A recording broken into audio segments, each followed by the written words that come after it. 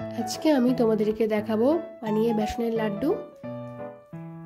বেসনের লাড্ডু বানানোর জন্য আমি এখানে প্রথমে পেস্তা বাদামগুলোকে কুচিয়ে নেব, একদম ছোট ছোট করে কুচিয়ে নেব। এই যে এরম ভাবে। এবার আমি এখানে নিয়ে নিয়েছি 250 গ্রাম মতো বেসন। এখানে আমি চিনিটা নিয়েছি, গুঁড়ো করে নিয়েছি মিক্সিতে। নিয়েছি 500 গ্রাম মতো চিনি, আর নিয়েছি এখানে এলাচ গুঁড়ো, আর নিয়েছি এখানে পেস্তা বাদাম কুচি। এবার আমি এখানে নিয়েছি 200 গ্রাম পরিমাণ মতো ঘি। এবার একটা প্যানে প্রথমে আমি পুরো বেসনটাকে দিয়ে হালকা আঁচে ভেজে নেব। আমি ততক্ষণ ভাজবো যতক্ষণ না বেসনের একটা মিষ্টি গন্ধ বেরোচ্ছে। বেসনটাকে আমি ভালো করে নেড়েচেড়ে এমভাবে ভেজে নেব।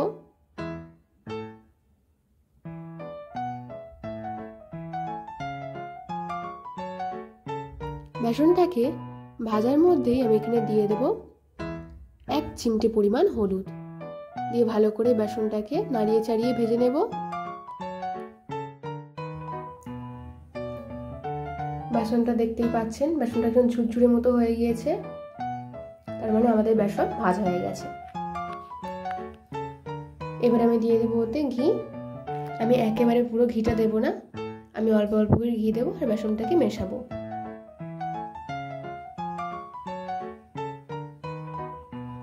এইরকমভাবে স্প্যাচুলার সাহায্যে বেসনটাকে অল্প অল্প করে মিশিয়ে নেব ঘিয়ের সঙ্গে। বেসনের লাড্ডু বানানো খুব একটা কঠিন নয়, আর খেতেও খুব ভালো।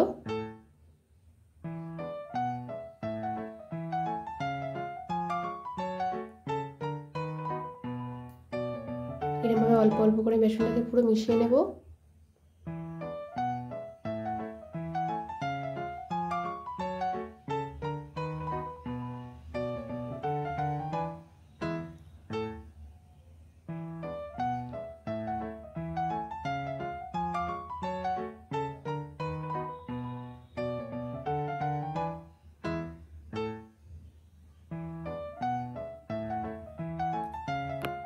বেসনটা মোটামুটি আমাদের মেশানো হয়ে এসেছে।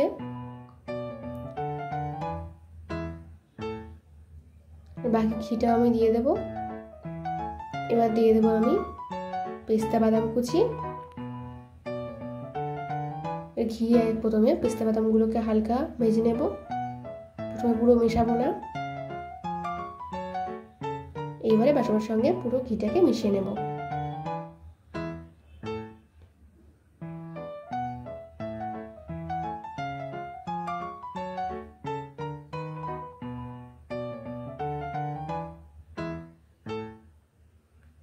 এই যে এখন বেসনটা এত নরম হয়ে আছে, বেসনটাকে এত নরম নামাবো না, হালকা একটু শক্ত করে নামাবো। এবার দিয়ে দিচ্ছি আমি এলাচ গুঁড়ো। এলাচ গুঁড়ো দিয়ে ভালো করে বেসনটাকে মিশিয়ে নেব।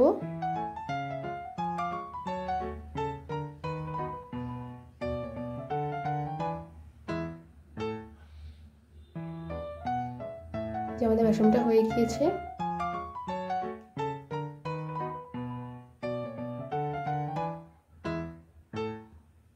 প্যানে আর আটকাচ্ছে না, মানে আমাদের বেসনটা এবারে হয়ে গিয়েছে। গ্যাসটাকে বন্ধ করে দিয়ে আমরা বেসনটাকে নামিয়ে নিয়েছি। এবার হালকা ঠান্ডা করে নেব।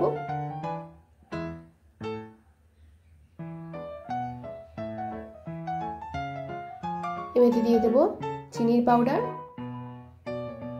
আমি এখানে প্রথমে 2 চামচ পরিমাণ চিনির পাউডার দিলাম, ভালো করে মিশিয়ে নেব।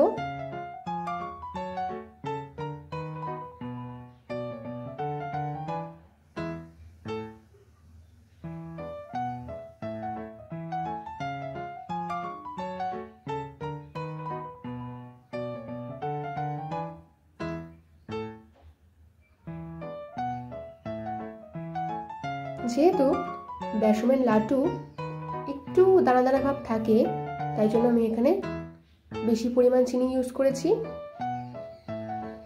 যতটা বেসন নিয়েছি তার থেকে ডবল চিনি ইউজ করেছি। এবার দিয়ে দিলাম সামান্য পরিমাণ ঘি, 1 টেবিল স্পুন মতো, দিয়ে ভালো করে মিশিয়ে নেব। মিশিয়ে নিয়ে এটা থালায় নামিয়ে নেব।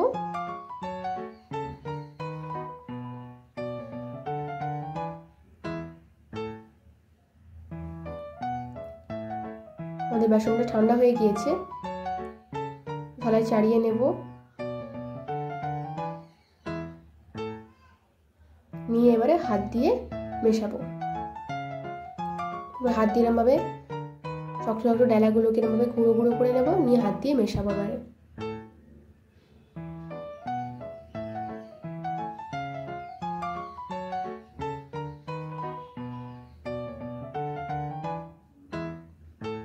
আমাদের এটা এখনো লাড্ডুটা শক্ত হয়নি, যার জন্য আমি এখানে আরো চিনি দিচ্ছি।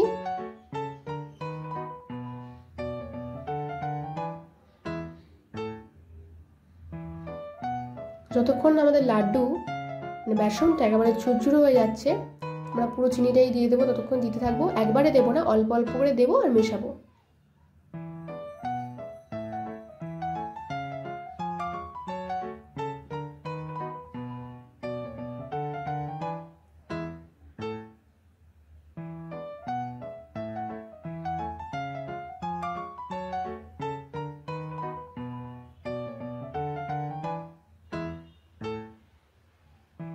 এই যে আমাদের মোটামুটি ঝুরঝুরে হয়ে এসেছে বেসনটা।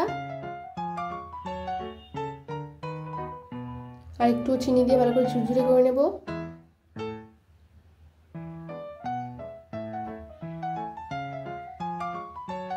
আমাদের 500 চিনিতে হয়ে গেছে বলে, যদি আপনাদের বেসনটা একটু বেশি নরম হয়ে থাকে তাহলে আমরা আরও চিনি ইউজ করতে পারেন, কোনো অসুবিধা নেই।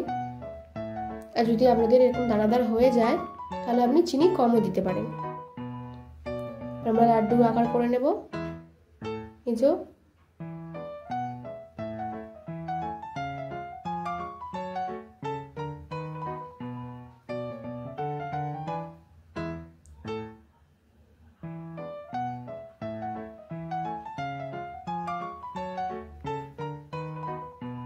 এরকম আমরা সবকটা লাড্ডু আমরা বানিয়ে নেব। এই যে দেখতেই পাচ্ছেন লাড্ডুটা কি সুন্দর ভেতরে দানা দানা ভাব আছে। এইরকম ভাবে আমরা প্রত্যেকটা লাড্ডুকে এরকম ভাবে বানিয়ে নেব।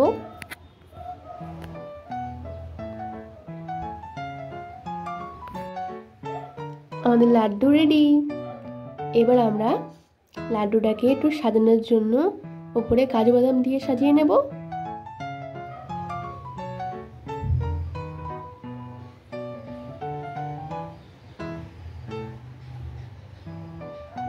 সাজানো হয়ে গিয়েছে। আমাদের আজকের রেসিপি বেসনের লাড্ডু রেডি। ভালো লাগলে অবশ্যই লাইক, কমেন্ট এন্ড শেয়ার করবেন।